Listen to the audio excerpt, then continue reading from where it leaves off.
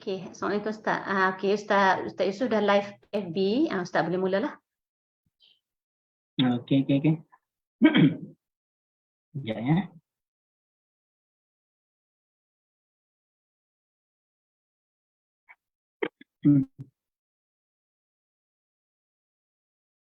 Okey, Assalamualaikum warahmatullahi wabarakatuh. Alhamdulillah, billahi nasta'in. Allahumma salli ala Muhammad wa ala alihi wa sahbihi wa barik wa sallim. Subhanaka la ilma lana illa ma 'allamtana innaka antal alimul hakim. La haula wa la quwwata illa billah. Amma ba'd. Saya Yusof, Kak Nisa dan ibu-ibu perempuan ya, yang lelaki tak ada kot. Tak ada lelaki agak saya tengok. Perempuan dirahmati Allah. Jadi Alhamdulillah pada hari ini kita diberikan ruang untuk mulakan kelas yang pertama bersama dengan ATM ni, menyentuh buku Message Deep dalam Al-Quranul Karim, buku ini. Dan ini merupakan buku yang baru saja diterbitkan dalam tahun ini dan Ustaz Yusof minta saya untuk membahaskannya bagi kelas di ATM. Jadi pada hari ini buku ni dia dibahaskan bermula surah Al-Baqarah sampai surah Al-A'raf. Okey, maknanya bukan semua surah yang disentuh. Pada kelas ini saya rasa saya nak bermula dengan surah Al-A'raf. Dan bila kita sebut message deep dalam Al-Quranul Karim, kita bukannya membincangkan tafsir keseluruhan ayat Al-Quran. Sebaliknya kita hanya memilih beberapa ayat untuk menjadi renungan. Dan bahagian daripada perempuan pun sudah ada memiliki buku ini, termasuk Kamiza. Ia hanya buku yang ringkas. Yang sekadar kita nak tengok apa pengajaran-pengajaran yang disampaikan oleh Al-Quranul Karim sebagaimana kefahaman ulama ya. Baik. Hari ini kita mulakan dengan surah Al-A'raf.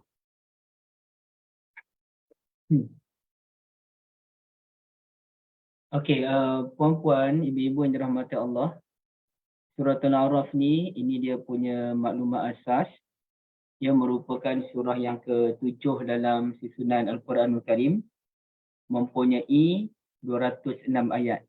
Tu aja tu Ada 2 ayatiha, ia ada 206 dan mengandungi 3,344 kalimah. Ini memang dia dah kaji dah study dah. 3,344 kalimah yang ada.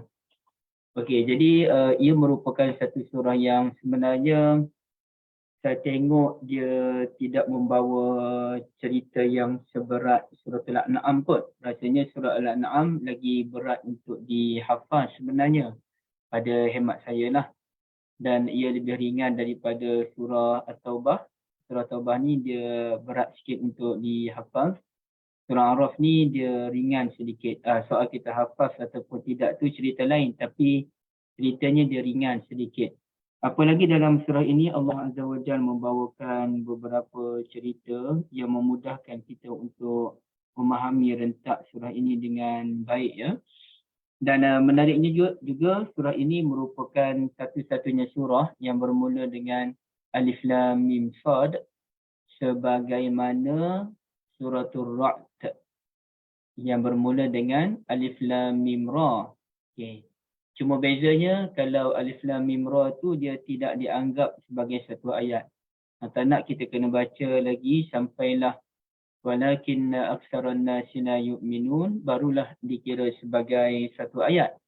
Berbeza dengan surah Al-A'raf, kita sebut dia Alif Lam Mim Sad, ia sudah dikira sebagai satu ayat ya.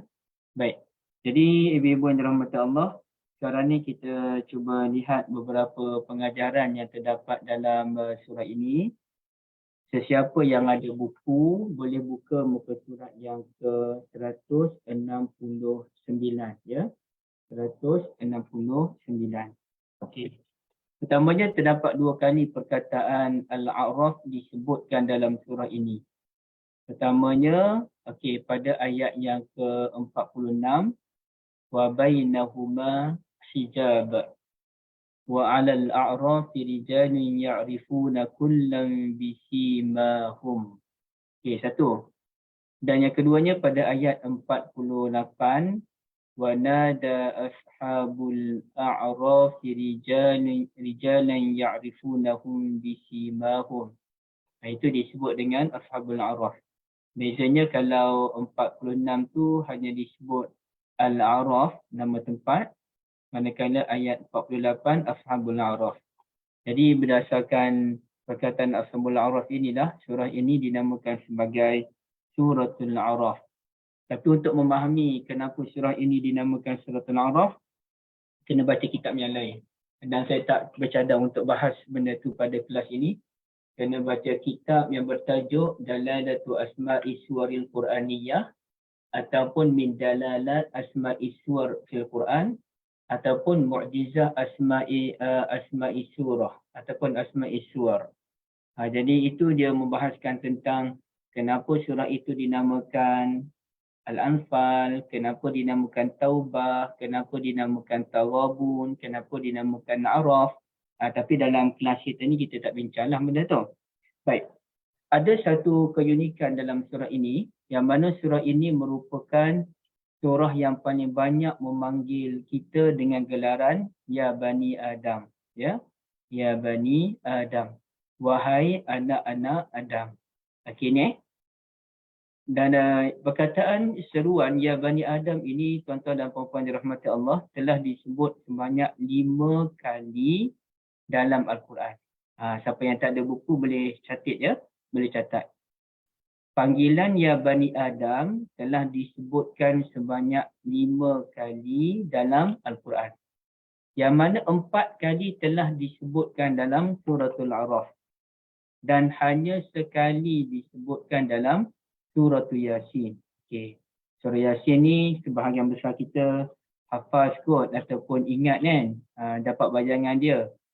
Okey, ini pada ayat yang ke-60. Okey. Ya. Pada ayat yang ke-60 Allah Azza wa Jalla sebut apa? Ayat 60. Betul lah. Alam a'had ilaikum ya bani Adam alla ta'budu syaitan. Bukankah kami telah membuat perjanjian dengan kamu wahai anak Adam, jangan kamu menyembah syaitan.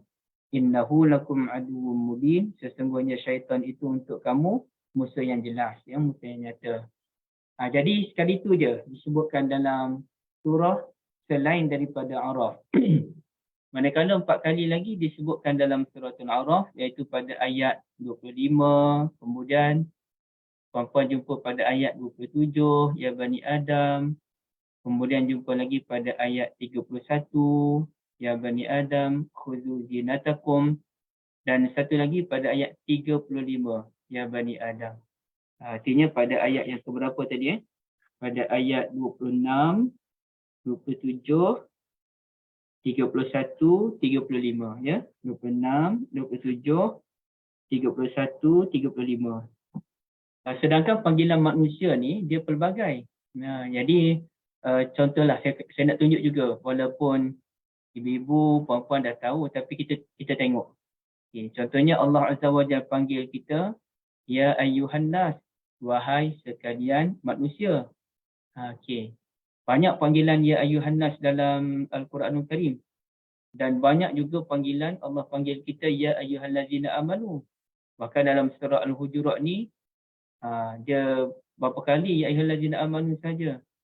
Cuba kita lihat secara mudah ya. 5 kali perkataan Ya ayyuhallazina amanu disebutkan dalam surah Al-Hujurat. Okey. Dalam surah yang sependek itu pun 5 kali isu keimanan diberikan penekanan ya. Tapi kali ini dalam surah Al-A'raf, Allah Azza wa Jalla tidak panggil, Allah Ta'ala panggil Ya Bani Adam sebanyak 4 kali. Maknanya mesti ada sesuatu yang mahu disampaikan oleh Allah Azza wa Jalla. Dan kalau kita lihat cerita awal surah Al-A'raf ini, memang menyentuh tentang Nabi Adam alaihissalatu wassalam. Bermula pada ayat yang ke-11, itu cerita tentang Nabi Adam, sampailah ayat yang ke mana tu? sampai ayat yang ke-24, 25. Ya, 11 sampai 25 itu semua menyentuh tentang Nabi Adam alaihissalam secara jelas. Maka dapatlah kita fahami, ibu-ibu dan rahmat Allah, apabila Allah Ta'ala panggil manusia tu ya Bani Adam, berarti pasti ada sesuatu yang bersangkut paut dengan Nabi Adam alaihissalam. Sebagaimana apabila Allah panggil kita ya ayyuhan nas, dan ada tempat lain Allah panggil kita ya ayyuhal insan, an-nas dan al-insan merupakan dua perkara yang berbeza. Kelihatannya sama tetapi sebenarnya berbeza. Tang mana sesuai kita panggil ya ayyuhan nas, tang mana sesuai kita panggil ya ayyuhal insan. Tapi ni pun kita tak nak bincang benda tu ya. Cuma sekadar saya nak sebut. Masa mana Allah Ta'ala panggil kita ya ayyuhallazina amanu. Masa mana pula Allah Ta'ala panggil kita dengan gelaran bashar, bashar pun manusia. Dan kenapa dalam ayat ini Allah panggil ya Bani Adam? Artinya, apabila Allah Ta'ala panggil kita ya Bani Adam, kalau Allah panggil kita ya ayyuhallazina amanu, pasti ada sangkut paut dengan isu keimanan. Apabila Allah Ta'ala panggil kita ya Bani Adam, mesti ada sangkut paut dengan Nabi Adam alaihissalam. Untuk membantu kita tuan-tuan dan puan-puan, ibu-ibu yang dirahmati Allah, kita cuba lihat terjemahan lah. Itu lebih membantu kita. Okay. Dan sedikit pesanan, ibu-ibu, banyakkan minum air masak. Saya pun minta maaf beberapa kali jugalah kena berhenti untuk minum.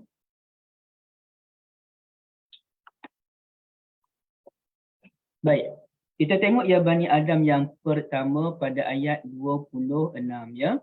Apa kaitannya dengan Nabi Adam alaihissalam? Okey, baik. Ya Bani Adam qad anzalna alaikum libasa yuwari sawatikum warisha. Wahai anak-anak Adam, sesungguhnya kami telah menurunkan kepadamu pakaian menutup auratmu dan juga warisha, pakaian perhiasan. Walibasut taqwa dzalika khair, pakaian takwa itulah yang terbaik. Jadi sebenarnya apakah kaitan seruan untuk mengenakan pakaian ini dengan Nabi Adam alaihissalam? Okey, ada disebutkan dalam satu surah iaitu surah Toha. Kaitannya begini, ibu-ibu yang dirahmati Allah, pada ayat 118 Allah Ta'ala menyatakan innalaka alla taju'a fiha wala ta'ra. Sesungguhnya bagi kamu pelbagai nikmat, antaranya alla taju', kamu tidak akan berasa lapar dalam syurga fiha wala ta'ra, dan tidak berpakaian ya. Dari Nabi Adam ni dia sudut kelaparan tak ada lapar, dan dari sudut pakaian pun mencukupi, tak ada isu pun Nabi Adam akan tiada pakaian ya. Dan hal ini menunjukkan bahawasanya Nabi Adam AS walaupun hidup dengan isteri baginda sahaja, baginda menjaga aurat dan menjaga maruah. Maka dalam ayat ini, kembali pada ayat 26, Allah Azza wa Jalla turunkan pakaian pada kita agar kita mencontohi Nabi Adam AS. Walaupun Nabi Adam bebas berada dalam syurga dan sebagainya, baginda tetap memelihara aurat dan juga maruah baginda AS. Kita ada kaitan dia ya. Okay, baik, libasa, kami turunkan kepada kamu pakaian, maka kena hargai ya. Yang keduanya, tuan-tuan, ibu-ibu yang dirahmati Allah, ya Bani Adam la yaftinannakumus syaitan. Wahai anak Adam, jangan kamu diperdayakan oleh syaitan. Kama akhraja abawaikum minal jannati yanzi'u anhuma libasahuma liyuriyahuma sawatihima. Jangan diperdayakan oleh syaitan sebagaimana syaitan telah mengeluarkan bapa dan ibumu daripada syurga, yang sambil ia menyebabkan pakaian mereka berdua terlucut sehingga memperlihatkan aurat mereka yang sebelum itu tertutup ya. Jadi apa kaitannya dengan Nabi Adam alaihissalam? Ini jelas sebagaimana syaitan dah memperdayakan ibu dan bapa kita Nabi Adam alaihissalam. Maka ini kaitan dia, inna hadza aduwwun laka sesungguhnya iblis itu musuh bagimu, wali zaujika dan isterimu, fala yukhrijannakuma minan jannati fatashqa, maka kamu jangan bagi ruang kepada syaitan untuk menyebabkan kamu terkeluar daripada syurga. Kelak kamu akan celaka ataupun menderita. Maka ada kaitannya. Iblis telah menyesatkan Nabi Adam AS, maka Allah Azza wa Jalla telah memberikan peringatan pada kita, jangan terpedaya dengan iblis. Tadi iblis, saya sebut menyesatkan ke tadi, saya silapnya. Iblis telah cuba memperdayakan Nabi Adam dan isterinya Hawa. Okay, maka kita kena hati-hati, jangan terpedaya dengan hasutan syaitan. Okay, itu ada kaitan dia ya. Seterusnya kalau kita lihat pada ayat yang ke-31, ini kita ringkas dia ibu-ibu kalau saya ada terlaju sikit. Kena maklumkannya. Ya bani Adam khudhu zinatakum inda kulli masjidin wa kulu washrabu wa la tusrifu. Innahu la yuhibbul musrifin. Wahai anak-anak Adam, pakailah pakaian yang indah berhias pada setiap kali kamu pergi ke masjid, tempat ibadah. Makanlah dan minumlah dan jangan melampaui batas ya.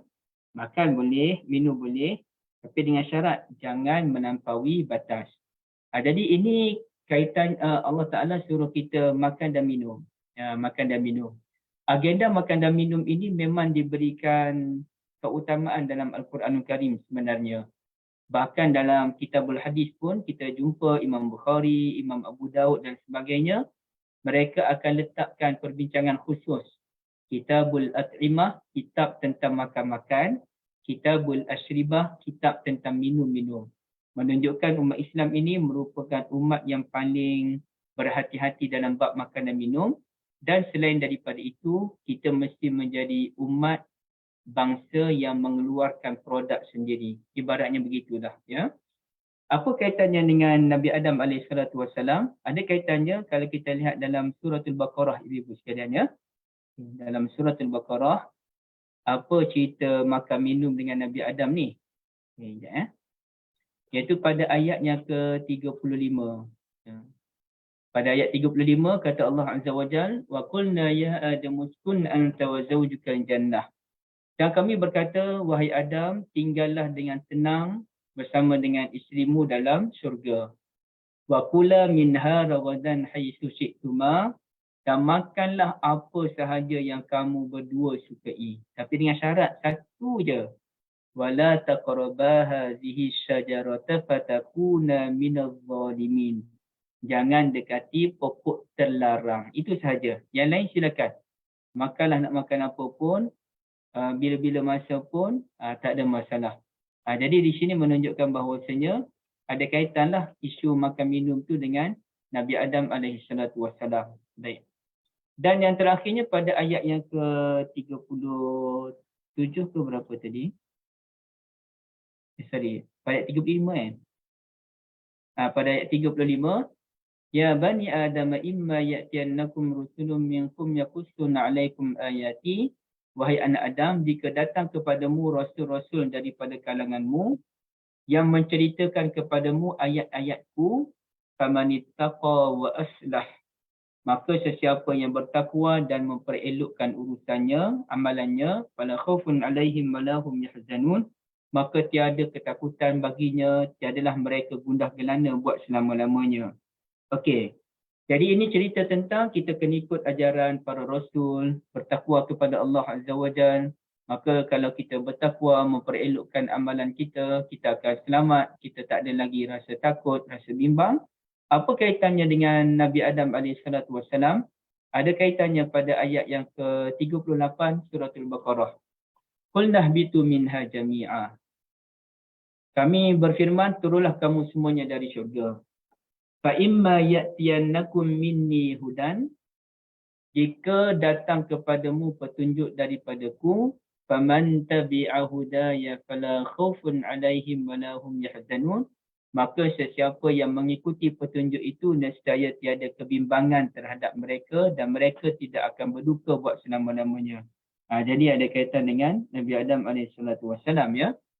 Walaupun ayat fa'imma ya'tiyannakum tu, mana-mana kalangan kamu yang mengikutku, itu merujuk kepada anak-anak Nabi Adam. Tapi cerita tu cerita tentang Nabi Adam alaihissalam. Maka di sini dapatlah kita fahami, ibu-ibu yang dirahmati Allah, bahawasanya mana-mana ayat yang menggunakan kalimah ya Bani Adam, pastilah ada kaitan dengan Nabi Adam alaihissalam, dan pastilah ayat-ayat tersebut ataupun surah tersebut merupakan ayat yang cuba mengungkit asal usul kehidupan kita. Bahawanya kita berasal daripada Nabi Adam, maka ingatlah segala yang baik-baik daripada Nabi Adam, ingatlah gangguan syaitan terhadap Nabi Adam alaihissalam dan sebagainya. Ya, okey, dia punya asasnya begitu. Saya ada satu teka-teki dengan ibu-ibu sekalian. Apakah amalan pertama yang dikerjakan oleh Nabi Adam alaihissalam? Okay, siapa boleh bagi jawapan? Amalan Ustaz, bersin ke? Bersin. Apa? Ya? Nabi Adam masa terbersin. Masya Allah, Masya Allah, Masya Allah. Kak Liza ya. Terima kasih banyak Kak Liza. Kak Liza dapat juga berikan jawapan yang tepat. Belum sempat lagi orang lain nak jawab, Kak Liza dah jawab dah. Amalan pertama yang dilakukan oleh Nabi Adam alaihissalam ialah apabila roh masuk dalam diri Nabi Adam, lalu bila sampai ke bahagian muka tu, Nabi Adam terbersin. Dan Nabi Adam melalui ilham daripada Allah Azza wa Jalla, baginda sebut Alhamdulillah. Ya, Alhamdulillah. Jadi itulah amalan pertama dia, memuji Allah Azza wa Jalla bila bersin. Dan kemudiannya apa amalan kedua yang dilakukan oleh Nabi Adam? Yang diminta oleh Allah Azza wa Jalla? Mengajar nama-nama tu ke? Bukan. Kan? Itu kemudian bertaubat, minta ampun. Minta ampun tu kemudian.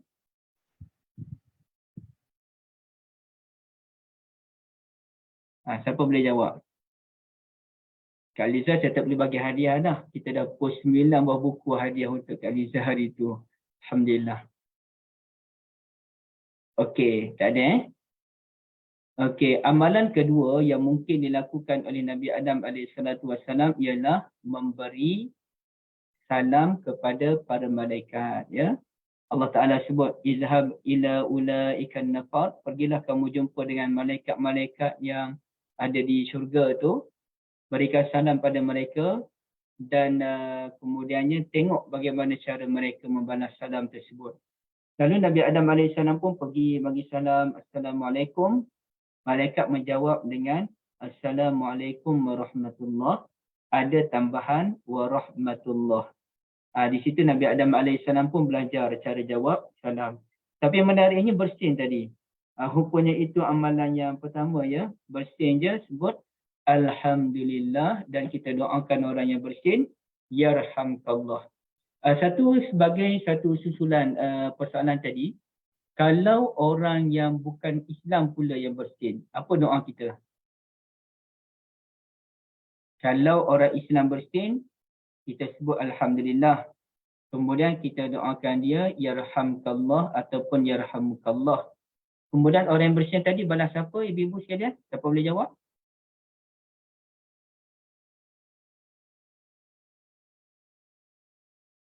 Aku lupa lah. Mana ada orang Ya hadikumullah kah? Lupa lah pula dah. Apa dia tu? Yahdikumullah. Okey, betul. Yahdikumullah wa yuslihu balakum. Okey. Tapi kalau macam mana pula kalau bukan Islam yang bersin? Non-Muslim yang bersin, kita nak ada doa ke ataupun kita biarkan sahaja?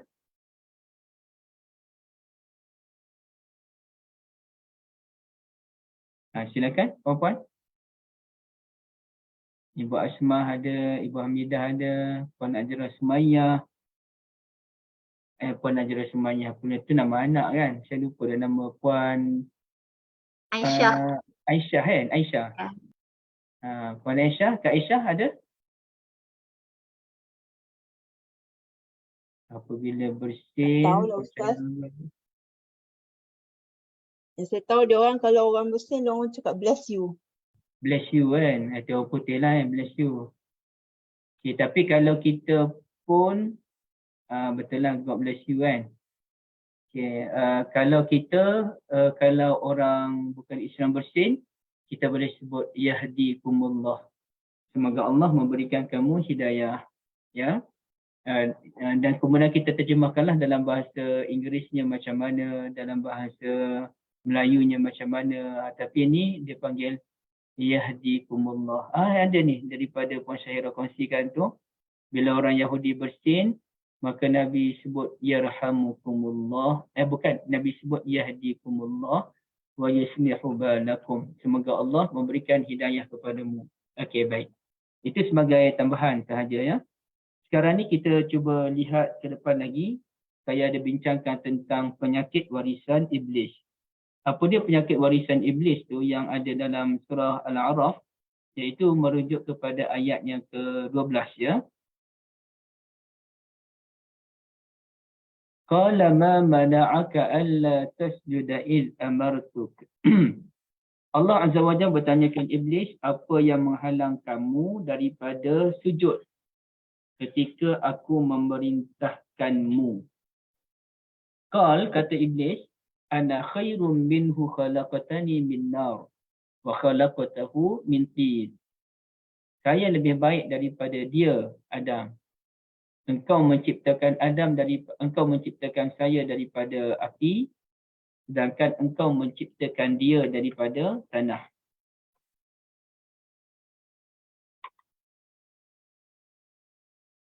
Okey.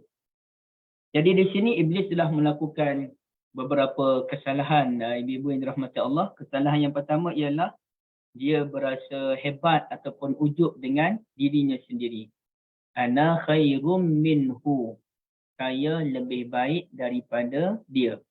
Jadi dia rasa ujub, dia rasa takabur, dia lebih baik daripada Nabi Adam AS. Yang kedua, kesilapan yang dilakukan oleh iblis ialah menggunakan hujah yang bukan-bukan dengan menyatakan penciptaan daripada api lebih baik daripada penciptaan daripada tanah. Jadi itu akal dia sendiri, ibu yang dirahmati Allah. Sedangkan Allah Azza wa Jalla tak pernah pun sebut sesuatu yang dibuat daripada api lebih baik daripada sesuatu yang dibuat daripada tanah. Allah Ta'ala tak pernah sebut. Tapi kali ini dia sendiri yang memandai-mandai mengeluarkan teori ataupun kiasan tersebut. Jadi dia nak ceritanya dia lebih baik daripada Nabi Adam AS. Yang ketiganya, iblis menentang perintah Allah Azza wa Jalla dalam keadaan dia tahu bahawasanya Allah Azza wa Jalla boleh mengenakan balasan yang teruk kepada dia. Artinya dia dah mula sombong, dan apabila orang tu sombong, dia dah mula ni lah hilang pertimbangan. Macam orang mengamuk lah ibu-ibu sekalian. Bila dia mengamuk tu, dia dah hilang pertimbangan. Saya masih ingat masa saya kecil dulu, di kampung tiba-tiba ada seorang pakcik tu mengamuk bawa parang. Dia orang luar, bukan kampung kami lah. Mengamuk, dia nak tetap anak dia. Kami ni masa tu budak-budak dengan mak je, ayah masa tu tak ada. Kami tutup pintu takut. Jadi dia bila dia mengamuk tu, dia hilanglah pertimbangan. Dia kata dia nak tetap anak dia lah, nak bunuh anak dia lah kan. Tapi cuba kalau dalam keadaan tenang, dia akan fikir balik. Betul tak betul tindakan aku, dia akan malu seorang-seorang. Jadi begitulah dengan iblis tu, dia telah dirasuk dengan perasaan hasad yang membara-bara dalam diri dia, membuatkan dia pun dah lupa dah di hadapan dia tu Allah Azza wa Jalla. Dan apabila dia menentang keputusan Allah, pastilah azab yang buruk akan ditempuh oleh iblis. Tapi dia dah hilang pertimbangan dia dah, kerana dibakar oleh api hasad. Jadi di sini ibu dan rahmat Allah, apakah penyakit warisan yang diwariskan oleh iblis kepada kita ni manusia? Namanya ialah hasad, ya, hasad ataupun dengki. Apa maksud hasad? Hasad ini ialah tamanna zawalun ni'mah 'alal ghair. Kita bercita-cita agar nikmat yang dimiliki oleh orang lain akan hilang. Kita nak sangat kalau orang tu dia kaya, minta-mintalah dia ni bankrupt ke. Kalau dengan cerita dia bankrupt tu rasa syok je kan. Itu hasad namanya. Dan ulama membahaskan, mungkin ada sebahagian kita pernah mendengar apa yang saya sebutkan ini. Apakah dia penyakit yang terakhir disebutkan dalam Al-Quranul Karim? Okay. Dan biasanya benda yang terakhir ni benda yang kemuncak. Biasanya, contohnya apa dia benda yang terakhir ni, benda yang kemuncak. Dalam banyak-banyak perkataan kiamat dalam Al-Quranul Karim, ya, ada nama Al-Qiyamah, la uqsimu biyaumil qiyamah, ada yang nama Azifatil Azifah, ada yang nama An-Naba'ul Azim, amma yatasaalun 'anil naba'il azim, ada yang nama macam-macam lah nama As-Sa'ah dan lain-lain.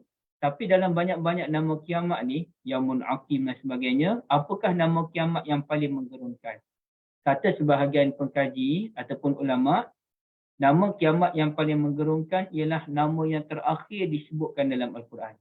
Maka nama kiamat yang terakhir disebutkan dalam Al-Quran tidak lain dan tak bukan ialah Al-Qari'ah. Mal Qari'ah wa ma adraka mal Qari'ah. Al-Qari'ah inilah nama kiamat yang paling menggerunkan sebenarnya. Lantaran Al-Qari'ah bermaksud pukulan yang menggerunkan. Ya, pukulan yang menggerunkan. Baik. Begitu juga kalaulah nama terakhir kiamat merupakan nama yang paling menggerunkan, maka penyakit terakhir yang disebutkan dalam Al-Quranul Karim kata ulama, itulah penyakit yang paling menggerunkan. Dan hal itu ada dikupas oleh Fakhruddin Ar-Razi ketika membahaskan tentang surah Al-Fatihah, bagaimana peranan surah Al-Fatihah dalam mengatasi penyakit-penyakit dalam diri kita, termasuk penyakit yang terakhir ini, iaitu wa min syarri hasidin idza hasada. Dan daripada kejahatan orang yang hasad, kalau orang yang hasad yang menyembunyikan hasad dia okey lagi, masalahnya idza hasada, apabila dia meluahkan gejolak hasad dia tersebut. Jadi inilah penyakit terakhir disebutkan dalam Al-Quran, dan penyakit ini telah membunuh siapa? Iblis. Sampaikan dia enggan tunduk kepada perintah Allah Azza wa Jalla, sujud kepada Nabi Adam AS. Telah membunuh orang-orang ahli kitab Yahudi sehingga mereka tidak dapat menerima kenyataan Nabi terakhir lahir daripada keturunan Hajar, bukannya Sarah. Lahir kalangan orang Arab, bukannya orang Yahudi. Penyakit hasad inilah menyebabkan orang-orang kaya korporat zaman Nabi Nuh lagi sampailah Nabi Muhammad SAW. Mereka enggan menurut ajaran Islam kerana apa? Anu'minu laka wattaba'akal arzalun. Adakah kami perlu beriman kepadamu sedangkan kamu telah diikuti oleh orang-orang yang hina? Kata mereka kepada Nabi Nuh. Nabi Nuh menyatakan, qala wa ma ilmi bima kanu ya'malun in hisabuhum illa ala rabbi law tash'urun wa ma ana bitaridil mu'minin. Aku tidak akan menghalau, mengusir orang-orang yang beriman. Qala ya qaumi man yansuruni minallahi in tarattuhum. Wahai kaumku, siapakah yang dapat membantuku berhadapan dengan Allah sekiranya aku mengusir orang-orang beriman? Kalau ayat pertama tadi dalam surah Asy-Syu'ara, ayat kedua pula dalam surah Hud.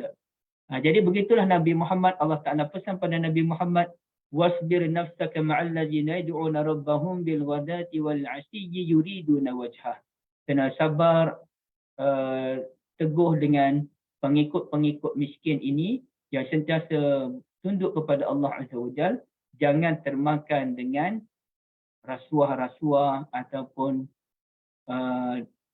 dakwa-dakwi bukan-bukan kalangan orang-orang kaya. Kononnya mereka nak masuk Islam, sekiranya penganut agama Islam ni orang sama level dengan mereka. Hasad. Jadi hasad ini merupakan penyakit yang paling menggerunkan, ya. Yang penyakit yang telah membunuh ramai orang. Maka di sini ibu-ibu yang dirahmati Allah sekalian, itulah penyakit yang diwarisi oleh iblis sehingga kata Ibn Jauzi, hasad merupakan perilaku yang sangat buruk. Maksiat pertama yang berlaku di langit ialah hasad iblis terhadap Nabi Adam AS, dan maksiat pertama yang berlaku di bumi ialah hasad Qabil terhadap Habil, iaitu anak Nabi Adam hasad dengan saudaranya sehingga menyebabkan berlakunya pembunuhan.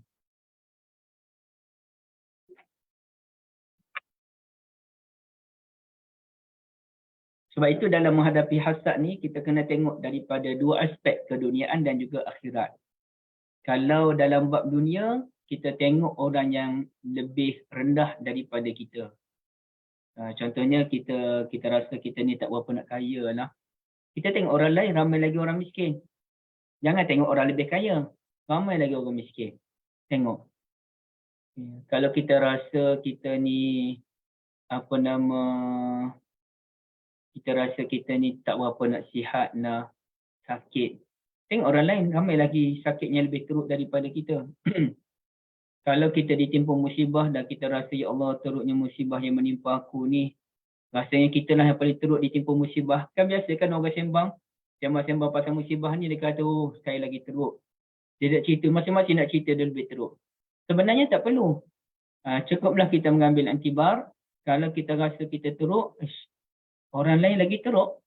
Saya ada pernah ceritakan dahulu, ketika saya masuk hospital 2 minggu kerana mata bahagian sebelah kiri, rupanya uncle sebelah saya tu matanya lagi teruk hancur kerana dia main judi di sebelah Thai dan bom meletup di meja judi tu, kena mata dia hancur.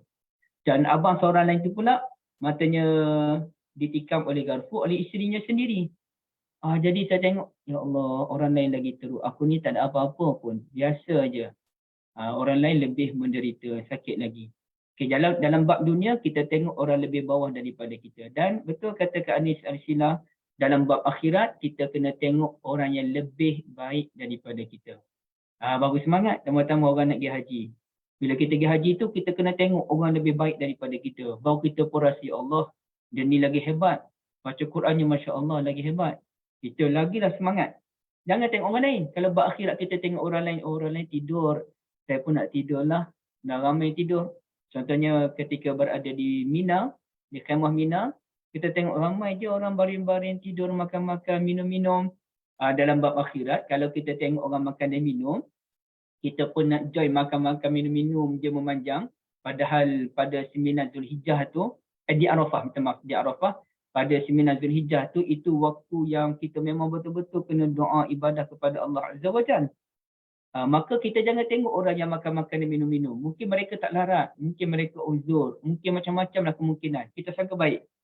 Tapi kita tengok orang lain yang, ya Allah, menangis tak henti, berdoa tak henti, berzikir tak henti. Barulah kita akan rasa semangat.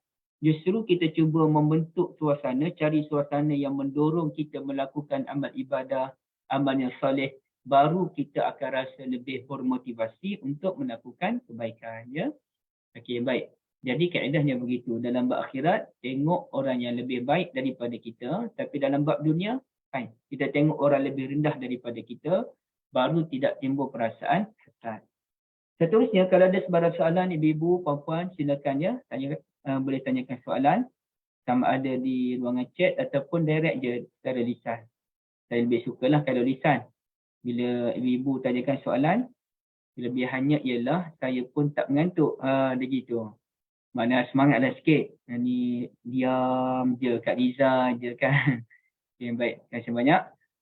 Sekarang kita teruskan lagi pada cerita serangan iblis datang daripada pelbagai arah. Okay, ayat 17. Serangan iblis ni datang, serangan syaitan datang daripada pelbagai arah. Auzubillahi minasyaitonirrajim. Ni iblis ni bersumpah ni pada Tuhan ni. Okay. Iblis bersumpah tengok pada Tuhan. Bila Tuhan laknat dia pun geram dah ni, dia pun mula kata apa dia? Fabima aghwaytani la'aq'udanna lahum siratakal mustaqim. Ini pun banyak dibahas ni.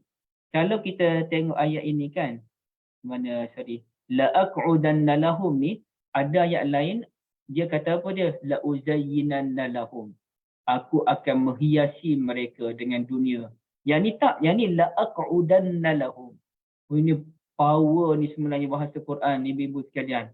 La'aq'udanna lahum ni, qa'ada tu duduk dalam tempoh yang lama, bukan duduk sekejap. Kalau duduk sekejap, panggil jalasa, majlis. Kalau duduk lama, qa'ada. Maka kata iblis, oleh kerana kamu telah menghukum aku sesat, wahai Tuhan, la'aq'udanna lahum, aku benar-benar akan duduk bersama dengan mereka. Artinya iblis tak nak berpisah dengan kita. Dia memang nak duduk sekali dengan kita. Itu yang masalahnya. Nak duduk bersama dengan kita, menyebabkan kita ni terhalang daripada jalan yang lurus. Jadi iblis benar-benar nak duduk dengan kita. Kemudiannya kata iblis, summa, kemudian. Okay. Cuba ibu-ibu lihat ni perkataan yang digunakan pada la'atiyannahum. Ada dua huruf penegas ataupun harfu taukid. Satu la. La tu sebelum atiyannahum tu, la tu artinya benar-benar. Dan yang keduanya na. Tiyanna, na tu sendiri dipanggil sebagai nun taukid, iaitu huruf penegas. Artinya aku benar-benar aku pasti benar-benar mendatangi mereka. Begitu. Aku pasti, aku sungguh-sungguh akan mendatangi mereka dengan tak tepat bahasa Melayu. Aku pasti benar-benar akan mendatangi mereka. Mendatangi ni bukannya iblis tunggu kita datang tempat dia. Iblis datang tempat kita. Syaitan datang pada kita. Jadi la'atiyanna, aku mendatangi. Dia tak datang. Aku pasti benar-benar mendatangi mereka daripada 4 arah. Arah yang pertama, min baini aidihim, arah hadapan. Wa min khalfihim, arah belakang. Wa an aimanihim, arah kanan. Wa an syama'inihim, arah kiri. Dan apabila Allah ulang, patutnya direct lah. Kama la'atiyannahum min baini aidihim wa khalfihim. Wa an aymanihim wa syama'ilihim. Tapi tak, Allah ulang balik. Min dan an tu Allah ulang. Min baini aidihim wa min khalfihim. Bukannya wa khalfihim. Wa an aymanihim wa an sekali lagi syama'ilihim. Menunjukkan depan, belakang, kanan, kiri ni semuanya arah yang berbeza dan memerlukan strategi yang berbeza. Ya, memerlukan cara yang berbeza. Apakah simbolik di sebalik depan, belakang, kanan dan kiri? Ada beberapa tafsiran ulama. Antara tafsiran ulama ialah kalau depan ni merujuk kepada keduniaan. Yang berada di hadapan kita sekarang ni dunia. Yang tengah kita nak hadapi ni. Dunia berupa harta, berupa pangkat, sehingga kan orang ni gila sangat pada pangkat kemasyhuran ni, sanggup berebut jawatan nazim masjid.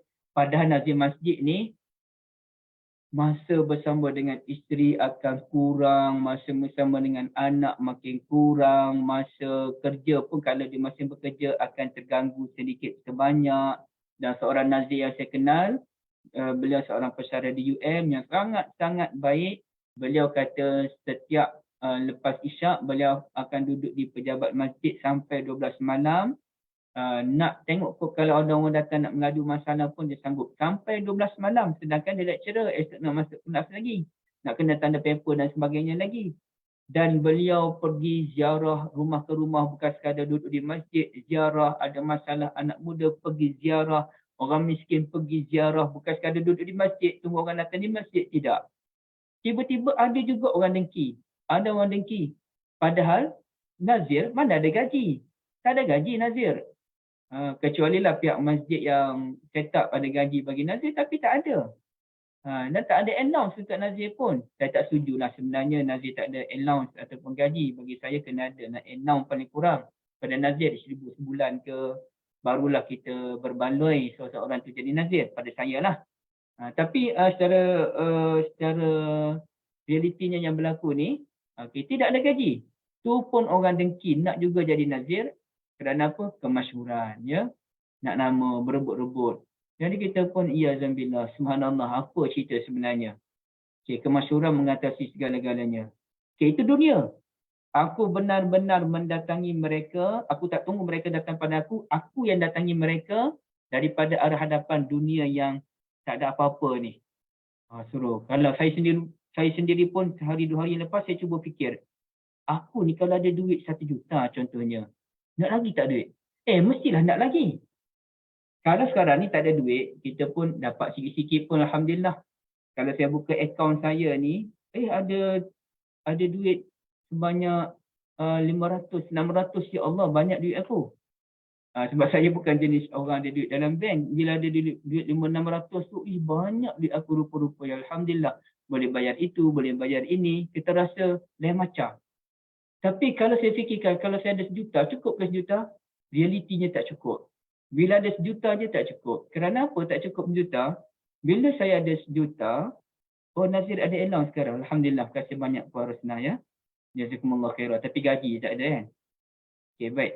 Kalau saya ada 1 juta, pastilah saya akan mempunyai taste yang tinggi. Saya nak rumah yang saya ada rumah yang saya nampak di billboard. Saya nak pergi satu tempat je mesti nampak billboard tu. Harga rumah pun 2 juta. Mesti saya nak beli harga rumah yang harga 2.9 juta. Tapi duit ada 1 juta tak cukup. Nak kena ada lagi 10 juta. Supaya dapat beli rumah 2.9 juta. Dapat beli lagi kereta 2-3 buah yang mahal. Harga 500,000, 300,000, 700,000 pun ada. Jadi taste kita akan tinggi. Maka sebenarnya tak cukup 1 juta. Tak cukup 2 juta. Betul kata Nabi SAW. Bila kita ada seguna emas, kita nak lagi guna emas yang lain. Kan? Okay, itu serangan pertama dari arah hadapan. Serangan yang kedua ialah wa min khalfihim.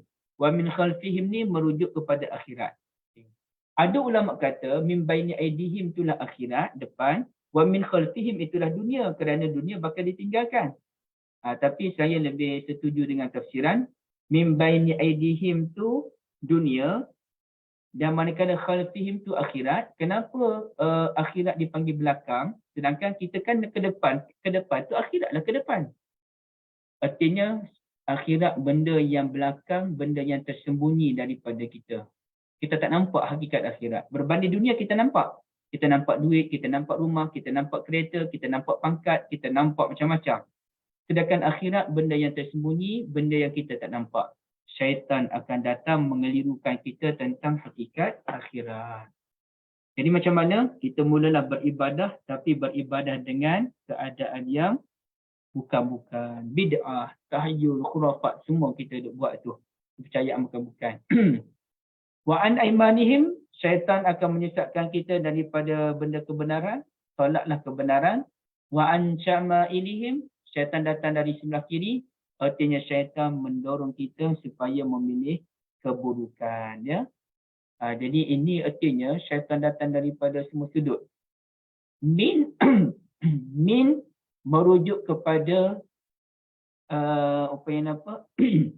merujuk kepada tempat, iaitu dunia dan akhirat. An merujuk kepada amalan kita, amalan baik dan juga amalan buruk.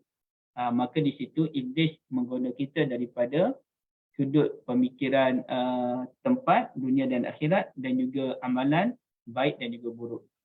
Jadi ini serangan syaitan yang datang daripada pelbagai arah. Orang berilmu, dia ada serangan dia. Orang yang baik, dia ada serangan dia. Orang yang pergi haji, dia ada serangan dia.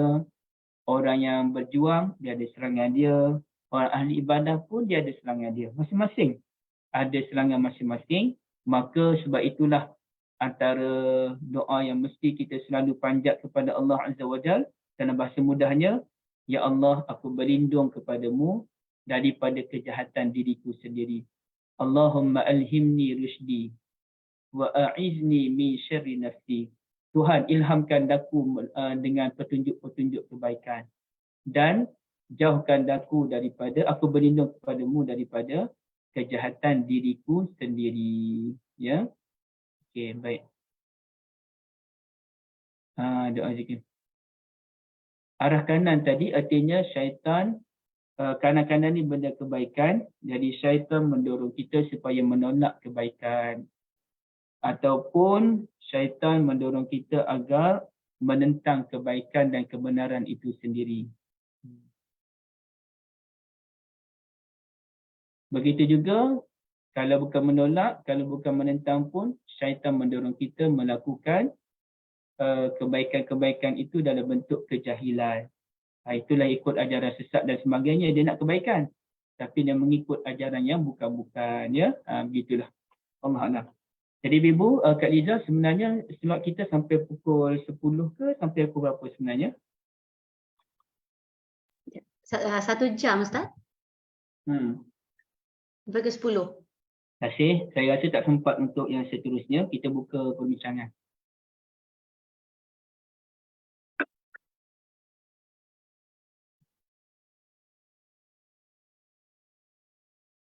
Ada apa-apa Ibu?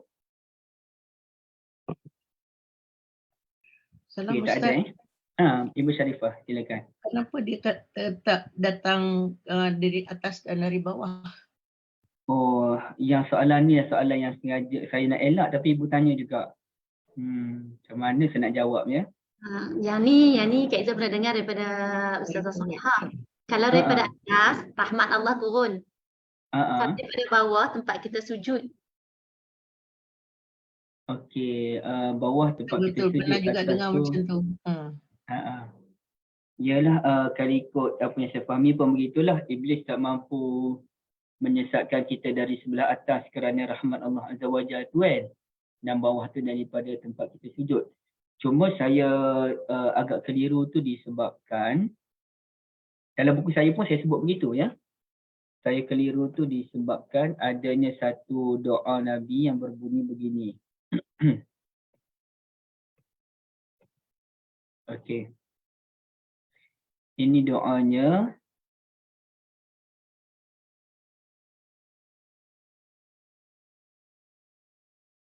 Doa tu doa panjang lah, doa yang minta afiah tu kan. Bahagian kita hafal.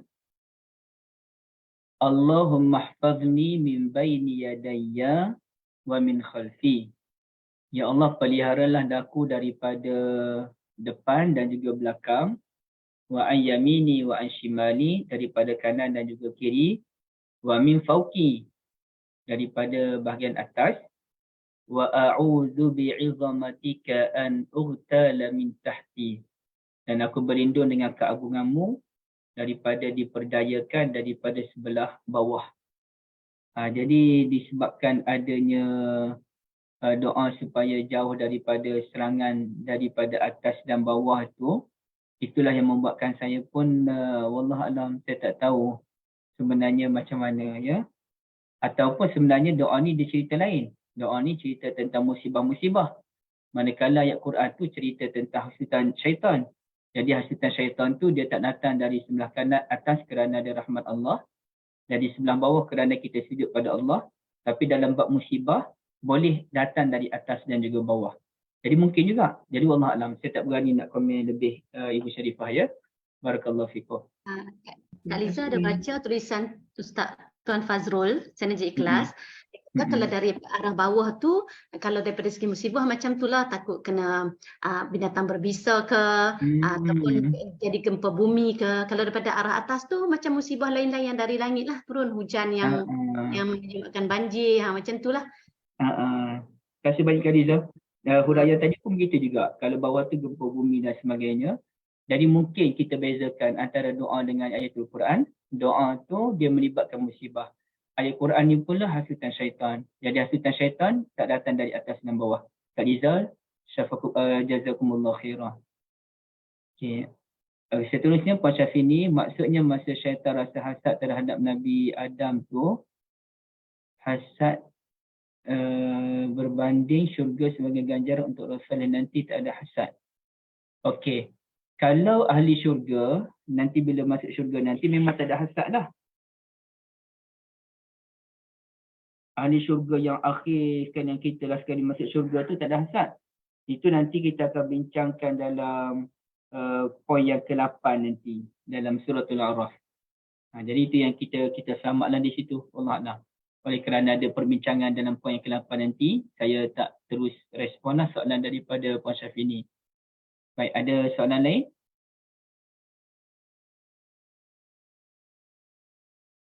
Okey, tak ada.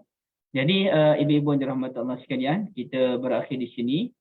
Pertamanya saya cuba ibu-ibu tengok balik di ruangan chat yang ada tu daripada Puan Syahira. Sesiapa yang nak mahu nak tengok maklumat-maklumat tentang program Akademi Tadabbur Malaysia ATM di bawah Fadil Ustaz Yusof Arba'in, boleh tengok tu, ada Telegram ATM, ada Facebook page-nya, ada YouTube channel, dan siapa yang nak menyumbang pun boleh, ada akaun Bank Islam Akademi Tadabbur Malaysia tu. Okey, itu satu.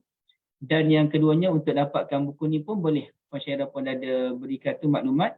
Jadi ibu boleh tekan link yang ada dan boleh dapatkan pembelian, ataupun boleh hubungi Ustaz Ahmad di nombor telefon yang ada. Jadi siapa yang belum memiliki buku tersebut, silakan. Dan saya dengan rendah diri mengajak ibu-ibu sekalian untuk datang ke Pesta Buku yang bermula minggu depan lah, 26 hari bulan mula, hari Jumaat, selama 12 hari. Dan insya-Allah kami pun akan buka booth kami Dan dalam booth nanti kita akan launching buku terbaru kami yang bertajuk Message Deep dalam Al-Kahfi. Memang khusus bincangkan Suratul Kahfi, dan perbincangan dalam Suratul Kahfi itu lebih banyak kepada perbahasan tentang bahasa dan sedikit berat. Tak berat sangat, sedikit je berat berbanding dengan buku Message Deep dalam Al-Quranul Karim. Jadi saya berhenti di sini, Kak Liza, Ustaz Yusof, barakallahu fikum. Kita tangguh dengan atau Kak Liza, saya serah pada Kak Liza ya. Silakan. Alhamdulillah, jazakallah khairan Ustaz, jazakumullah khairan untuk semua. Kita akhiri dengan tasbih kafarah.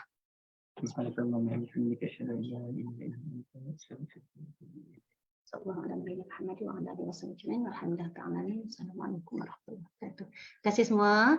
Nanti saya akan masukkan dalam YouTube Akademi Tarun Malaysia, dan saya akan bagi dalam grup ya. Terima kasih. Terima kasih semua. Assalamualaikum warahmatullahi wabarakatuh.